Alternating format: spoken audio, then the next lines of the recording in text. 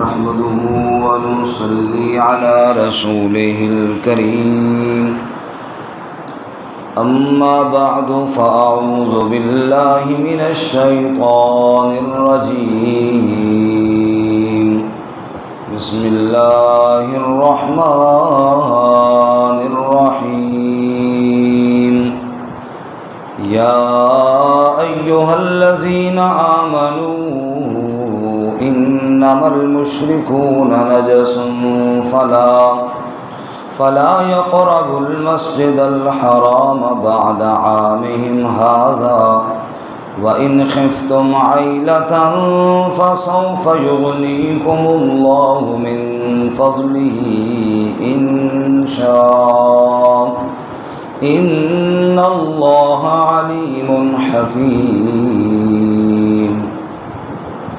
يا أيها الذين آمنوا ایمان والو انما المشرکون نجس بے شک مشرک ناپاک ہیں فلا يقرب المسجد الحرام پس نہ قریب آئیں وہ مسجد حرام کے بعد عامہم ھذا اس سال کے بعد وَإِنْ خِفْتُمْ عَائِلَةً اور اگر تم ڈرتے ہو تنگ دستی سے فَسَوْفَ يُغْنِيكُمُ اللَّهُ مِنْ فَضْلِهِ إِنْ شَاءَ پس ان قریب غنی کر دے گا تمہیں اللہ تعالی اپنے فضل سے اگر چاہے إِنَّ اللَّهَ عَلِيمٌ حَكِيمٌ بے شک اللہ تعالی علم والا حکمت والا ہے سبحان ربک رب العزة عما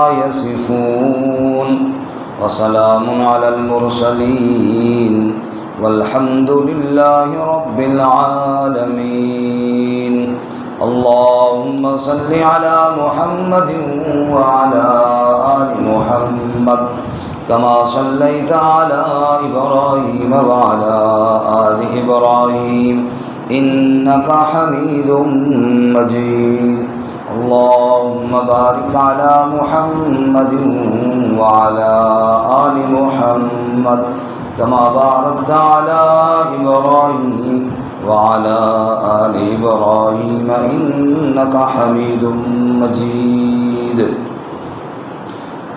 معزز سامعین سورۃ التوبہ کا چوتھا رکوع آیت نمبر 28 آپ کے سامنے تلاوت کی ہے اللہ رب العزت اس کے مطابق صحیح بیان کی توفیق عطا فرمائے آمین اور ہمیں قرآن و سنت پر عمل کرنے کی توفیق عطا فرمائے آمین۔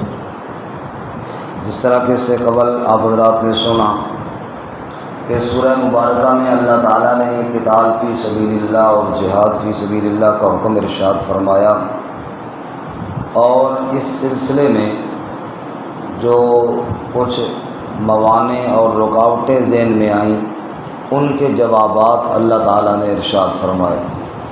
مثلاً اس سے پہلے ہم نے پڑھا ایک معنی یا ایک رکاوٹ یہ ذہن میں آئی صحابہ کرام کے جن مشرکین کے ساتھ کل ہم نے معاہدہ کیا تھا آج ان کے ساتھ کیسے قتال ہوگا، اس کا جواب دیا کیف یکون للمشرکین عہد عند اللہ و عند رسولہ، جنہوں نے اللہ اس کے رسول کے وعدوں کے کو توڑ دیا ہے ان کے ساتھ تمہارا کون سا وعدہ ہے؟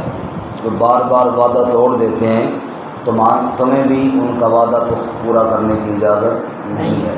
ہاں جنہوں نے وعدہ نہیں توڑا ان کے ساتھ تم بھی وعدہ پورا کرو۔ اسی طرح ایک اور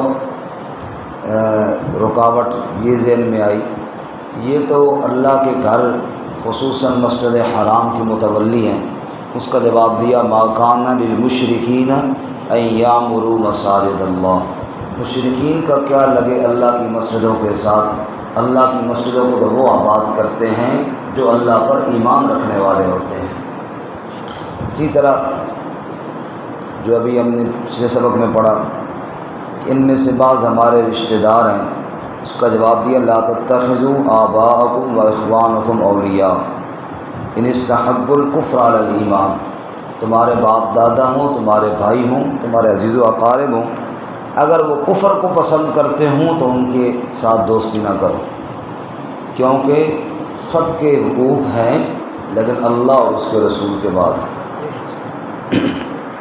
گزشتہ سبق میں ہم نے پڑھا کہ جہاد کرنا ہے، قتال کرنا ہے، لیکن بھروسہ اور یقین اللہ کی ذات پر رکھنا ہے۔ اپنی تعداد کو، اپنی کثرت کو دیکھ کر خوش نہیں ہونا، جیسا کہ حنین کے موقع پر اذ اعجبتکم کثرتکم فلم تغن عنکم شیئا، تم نے اپنی کثرت پہ غور کیا اور تعجب میں پڑے کہ بادشاہ ہماری تو تعداد بہت زیادہ ہے، تو آج ہم کیسے شکست کھائیں گے؟ تو وہ تمہاری کثرت تمہارے کچھ کام نہ آئی، بلکہ حالات یہ بنے کہ تم پیٹھ دے کر وہاں سے بھاگے۔ پھر اللہ تعالیٰ نے تمہیں ثابت قدمی عطا فرمائی اور یہ بتایا کہ فتح کا معیار کثرت نہیں، اللہ کی نصرت ہے۔ آج کے سبق میں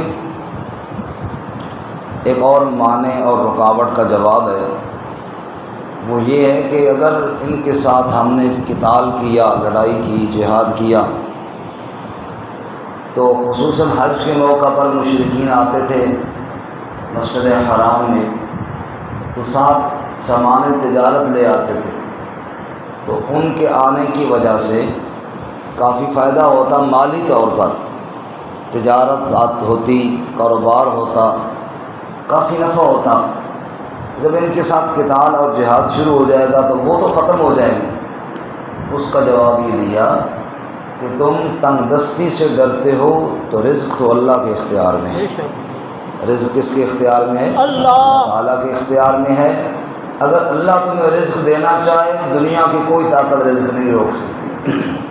اس لیے فرمایا کہ ان سے قتال کرنا ضروری ہے، لیکن یہ بات بتانے سے پہلے مشرکین کی نجاست اور نحوست کو بیان کیا۔ اس سے پہلے ہم شروع میں پڑھ چکے ہیں کہ 9 ہجری کو جب حضرت ابوبکر صدیق رضی اللہ تعالیٰ عنہ کی عمارت میں حج ہوا تو رسول اللہ صلی اللہ علیہ وسلم نے امیر حج حضرت ابوبکر صدیق رضی اللہ تعالیٰ عنہ کو مقرر فرمایا، اور اس کے بعد حضرت علی رضی اللہ تعالیٰ عنہ کو روانہ فرمایا، اور سورۃ التوبہ کی ابتدائی آیات براءۃ من اللہ ورسولہ الی الذین عاہدتم من المشرکین یہ دے کر بھیجی کہ امیر حج حضرت ابوبکر ہوں گے، لیکن اعلان کرنے والے حضرت علی ہوں گے رضی اللہ تعالیٰ عنہ، اور وہ اعلان کریں گے کہ اللہ اور اس کے رسول کی طرف سے مشرکین کے ساتھ جتنے معاہدے تھے اب وہ ختم ہیں، 4 مہینے تک مہلت ہے، 4 مہینے تیاری کر لیں، اس کے بعد تمہارے ساتھ اب قتال ہوگا۔ یہ اعلان حضرت علی رضی اللہ تعالیٰ نے کیا۔ اس اعلان کے ایک حصہ یہ بھی تھا کہ آپ صلی اللہ علیہ وسلم فرمایا علی یہ بھی اعلان کرو کہ آج کے بعد کوئی شخص بیت اللہ کا ننگا طواف نہیں کرے گا، کیونکہ 9 ہجری کو رسول اللہ صلی اللہ علیہ وسلم تشریف نہیں لے کر گئے، حضور صلی اللہ علیہ وسلم تو حج کے لیے 10 ہجری کو گئے ہیں۔ اب 9 ہجری میں چونکہ اس سے پہلے مشرکین ننگا طواف بھی کرتے تھے اور شرکی افعال بھی کرتے تھے، گویا کہ یہ 9 ہجری والا جو حج ہے یہ رسول اللہ صلی اللہ علیہ وسلم کی آمد کے لیے ایک تیاری تھی، اور وہ اعلانات جو ضروری آپ کے آنے سے پہلے کرنے تھے وہ حضرت علی رضی اللہ تعالیٰ کی زبان سے آپ نے کروائے۔ کوئی بیت اللہ کا ننگا طواف نہ کرے، اور آج کے بعد اگلے سال سے کوئی مشرک اللہ کے حرم میں داخل نہیں ہوگا، یہاں پر وہ داخل ہو جو اللہ کی توحید پر ایمان رکھنے والا ہو۔ یہ اعلان حضرت علی رضی اللہ تعالیٰ نے کر دیے تھے، انہی میں سے یہ بھی ہے۔ یا ایھا الذین آمنوا اے ایمان والو، انما المشرکون نجس، بے شک مشرک ناپاک ہیں۔ یہ انما حرف حصر ہے، یقیناً پکی بات ہے، اس کے علاوہ اور دوسری بات نہیں، دوسری کوئی رائے نہیں۔ انما المشرکون نجس، علماء فرماتے ہیں ایک ہوتی ہے نجاست حقیقی، ایک ہوتی ہے نجاست حکمی۔ نجاست حقیقی یہ ہے کہ یہ میرے کپڑے ہیں، ان کے اوپر کوئی گندگی لگ جائے، ہر ایک کو نظر آتی ہے کپڑوں پہ، جسم پہ لگ گئی، اس کو دھویا جاتا ہے۔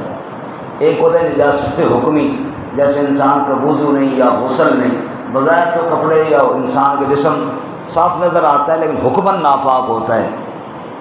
اور تیسری نجاست ہوتی ہے نجاست اخلاقی، انسان کے دل و دماغ کے اندر ایسی گندگی ہے کہ اس کے عمل سے وہ گندگی ٹپکتی ہے۔ فرمایا مشرکین کے اندر یہ تینوں نجاستیں موجود ہیں، نجاست حقیقی اور حکمی اس طرح کہ اکثر ناپاک رہتے، غسل کی پرواہ نہیں کرتے، اور جب ایک آدمی اکثر ناپاک غسل سے ناپاک رہے، یہ بڑے بڑے جادوگروں کو آپ نہیں دیکھتے، گندے لباس، گندگی کے ساتھ ان کی الفت، کہ جب نجاست حکمی کا خیال نہیں ہوتا پھر نجاست حقیقی بھی پرواہ نہیں ہوتی۔ یہ انسان کو جو اللہ نے ایمان کی دولت دی ہے نا جی، یہ بہت بڑی دولت ہے، تو الحمدللہ۔ اب دیکھیں جو نمازی بندہ ہوگا، اب نماز کی پہلی 3 شرطیں کیا ہیں؟ جسم پاک ہو، کپڑے پاک ہو، جگہ پاک ہو۔ یہ 3 طہارت کی جو بنیادی شرطیں ہیں، یہ انسان کو کتنا ستھرا بنا دیتی ہیں۔ انسان گلی میں جا رہا ہے، اگر نمازی بندہ ہے کپڑوں کو بچا رہا ہوگا، پاؤں کو بچا رہا ہوگا، پیشاب کے لیے جائے گا وہاں پیشاب خشک کر رہا ہوگا، پیچھے ذہن میں کیا ہوگا کہ میں نے نماز پڑھنی ہے۔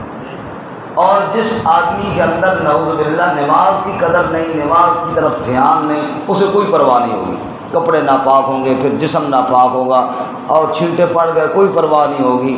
معلوم ہوا اسلام نے بنیادی طور پر جو ہمیں فرض عطا کی ہے وہ طہارت والا کی ہے۔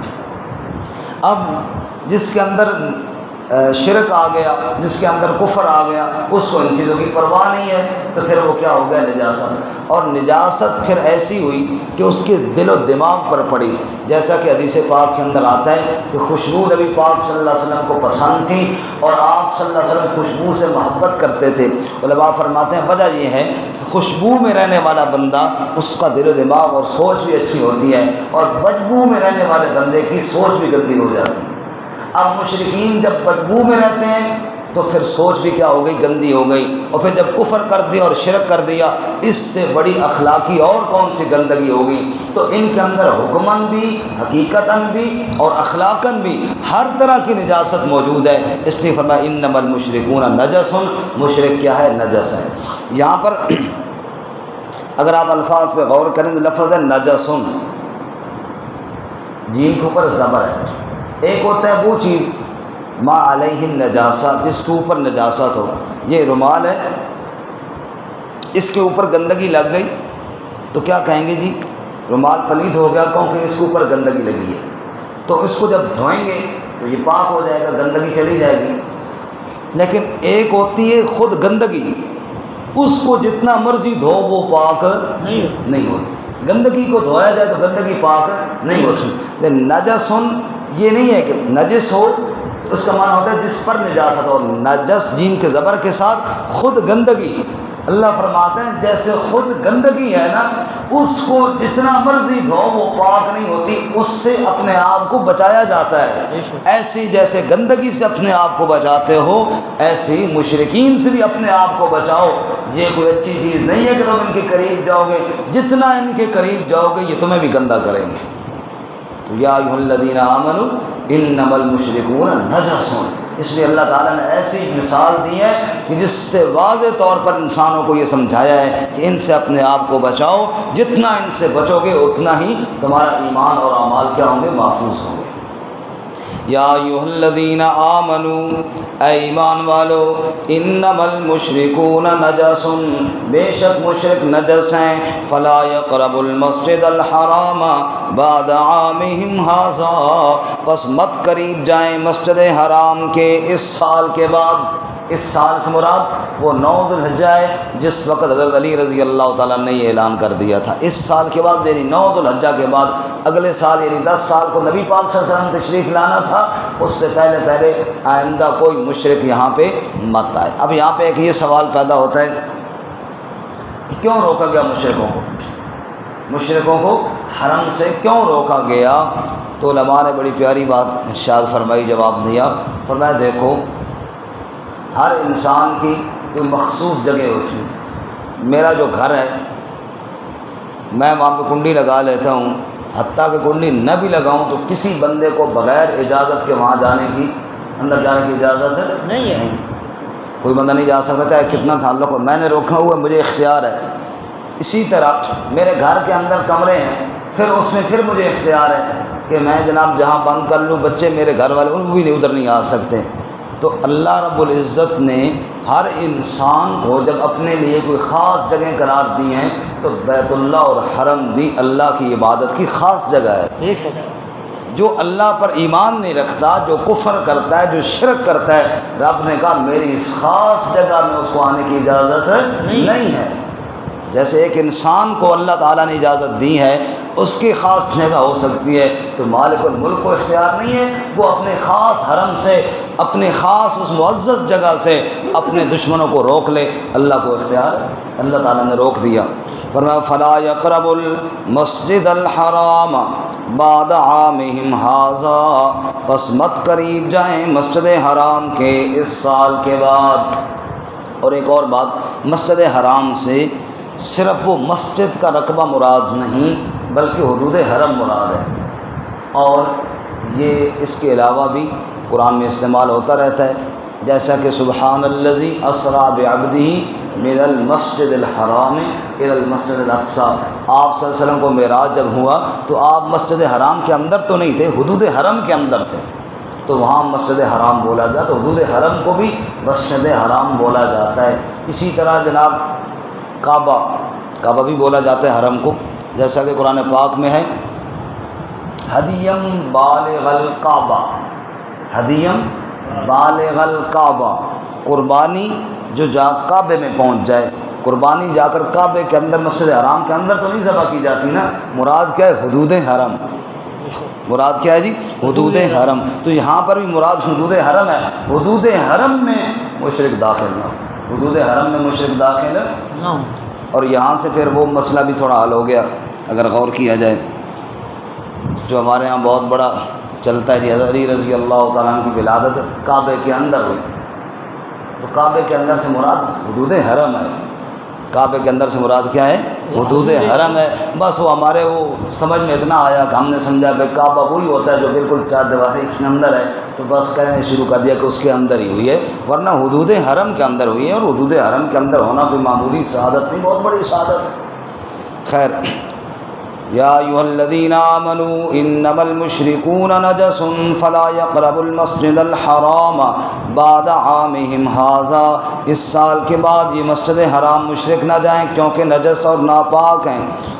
رہی بات تم ان کو روک دو گے اور ان کے ساتھ قتال کرو گے، یہ جناب وہ مال تجارت جو لے کر آتے تھے وہ رہ جائے گا اور کاروباری طور پر بڑا نقصان ہو جائے گا۔ فرمایا وَإِنْ خِفْتُمْ عَيْلَةً فَسَوْفَ يُغْنِيكُمُ اللَّهُ مِنْ فَضْلِهِ، اگر تم ڈرتے ہو تنگ دستی سے بس ان قریب غنی کر دے گا تمہیں اللہ اپنے فضل سے، کیونکہ رزق دینے والی ذات کس کی ہے؟ اللہ۔ رزق تھوڑے ان کے ہاتھ کے اندر ہے، جناب وہ نہیں آئیں گے تو کاروبار نہیں چلے گا، کاروبار نہیں چلے گا تو کھائیں گے کہاں سے؟ اگر دنیا میں کسی انسان کے اختیار میں کچھ ہوتا تو لوگ تو کئی بھوکے نہ مر جاتے۔ رزق کا ذمہ میرے رب نے اپنے پاس رکھنا ہے، اس لیے فرمایا مت ڈرو۔ وَإِنْ خِفْتُمْ عَيْلَةً، اور اگر تم عیلہ تنگ دستی سے تم ان سے ڈرتے ہو، تنگ دستی سے ڈرتے ہو، فَسَوْفَ يُغْنِيكُمُ اللَّهُ مِنْ فَضْلِهِ، پس ان قریب غنی کرے گا تمہیں اللہ اپنے فضل سے، انشاء، اگر وہ چاہے تو، اگر وہ سب بات دفعہ نا انسان یہ سمجھتا ہے وہ جی بالکل اللہ تعالیٰ نے مجھے حکم دیا تھا میں نے عمل بھی کر لیا، پتہ نہیں کیا مسئلہ ہے جی پھر بھی حالات خراب ہے۔ فرمایا انشاء، اب یہ ضروری نہیں کہ میں نے عمل صحیح کر لیا تو فوراً اسی دن فیصلہ بھی ہو جائے، ہے وہ اپنی مرضی والا۔ انشاء، تو نے در اس کا نہیں چھوڑنا، تو نے اسی کی طرف آنا ہے، فیصلہ وہ کرے گا اپنی مرضی کے ساتھ۔ ہمارے یہاں ہم یہ سوچتے ہیں کہ آج میں نے دعا مانگی ہے اور شامی رزلٹ مل جائے تو بس ٹھیک ہے، ورنہ کیا کہتے کئی لوگ کہتے ہیں وہ جی دعا مانگ مانگ تھک گئے ہیں، بالکل جناب قبول ہی نہیں ہوئی۔ میرے بھائی قبول ہوئی ہے، فیصلہ اللہ تعالیٰ اپنی مرضی کے مطابق کرے گا، فیصلہ میری مرضی کے مطابق نہیں ہوگا کہ جیسے میں چاہوں آج ہو جاؤں۔ اللہ کے انبیاء نہیں سالہ سال دعا مانگتے رہے، 7 سال ساتھ رہا ہے، 7 سال سورہ یوسف میں ایک نبی موجود ہے کنان کے اندر، دوسرے نبی موجود ہے مصر کے اندر۔ یعقوب علیہ السلام کنان میں، یوسف علیہ السلام مصر میں۔ کتنے سال؟ 7 سال بادشاہ انقاد ہوا۔ مرضیاں وہ اپنی چلاتا ہے، مرضی کا وہ مالک ہے، باقی بندے کا کام ہے مانگنا۔ ابراہیم علیہ السلام دعا مانگ رہے ہیں اولاد کے لیے، 86 سال عمر ہو گئی، اللہ نے یہ بھی نہیں کہا کہ دوں گا اور یہ بھی نہیں کہا کہ نہیں دوں گا۔ 86 سال عمر گزر گئی جناب، بوڑھے ہو گئے، لوگ تانے بھی دیتے ہیں، ابراہیم تو کہتا ہے اللہ میرا خلیل ہے، میں اللہ کا خلیل ہوں، اللہ کے ساتھ میرے بڑے تعلقات ہیں، اللہ کے لیے سب کو چھوڑے جا رہے ہیں، چنگا بھائی اللہ نے تجھے اولاد ہی کوئی نہیں دی۔ ابراہیم علیہ السلام جواب میں فرماتے ہیں ان ربی لسمیع الدعاء، میرا رب میری دعاؤں کو سننے والا ہے، فیصلہ اپنی مرضی سے کرے گا۔ بندے کا کام ہے مانگنا، بندے کا کام ہے ہاتھ پھیلانا، بندے کا کام ہے اس کا ڈر نہ چھوڑنا، باقی فیصلہ وہ اپنی مرضی سے کرتا ہے۔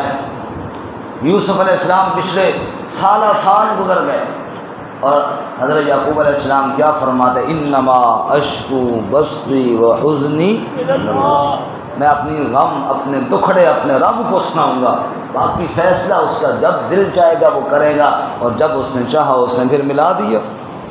اسی طرح ایوب علیہ السلام کی بیماریاں 18 سال گزر رہے ہیں، شفا کب دی؟ جب اللہ نے چاہا تو، لیکن بندے کا کام جو ہے اس کا در مت چھوڑے۔ اس لیے اللہ فرماتے ہیں ان خفتم عائلۃ فسوف یغنیکم اللہ من فضلہ ان شاء ضرور فرمائی، اللہ تمہیں غنی کر دے گا، لیکن یہ نہیں کہ جناب تم کہو میں نے سود چھوڑ دیا، مثال کے طور پہ اللہ میں سود کی لعنت سے بچائے، آمین۔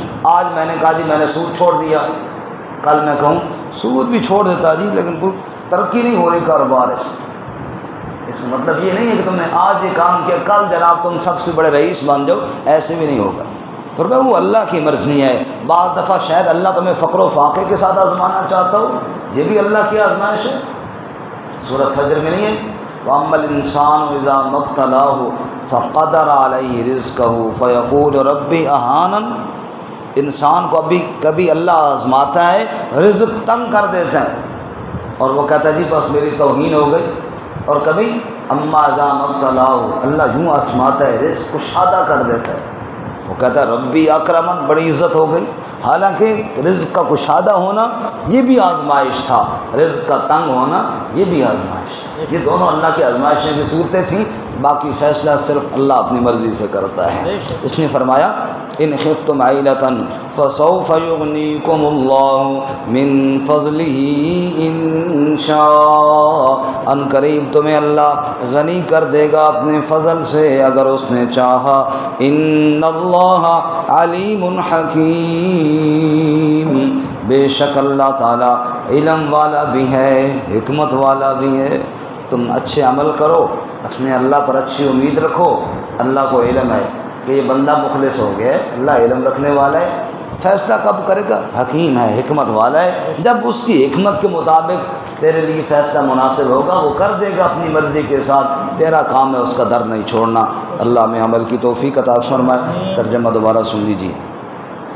یا ایھا الذین آمنوا، اے ایمان والو، انما المشرکون نجس، بے شک مشرک نجس ہیں، فلا يقربوا المسجد الحرام بعد عامهم هذا، پس نہ قریب جائیں مسجد حرام کے اس سال کے بعد، وَإِنْ خِفْتُمْ عَيْلَةً، اور اگر تم ڈرتے ہو تنگ دستی سے، فَسَوْفَ يُغْنِيكُمُ اللَّهُ مِنْ فَضْلِهِ إِنْ شَاءَ، پس ان قریب غنی کر دے گا تمہیں اللہ اپنے فضل سے اگر چاہے، ان اللہ علیم حکیم، بے شک اللہ تعالی علم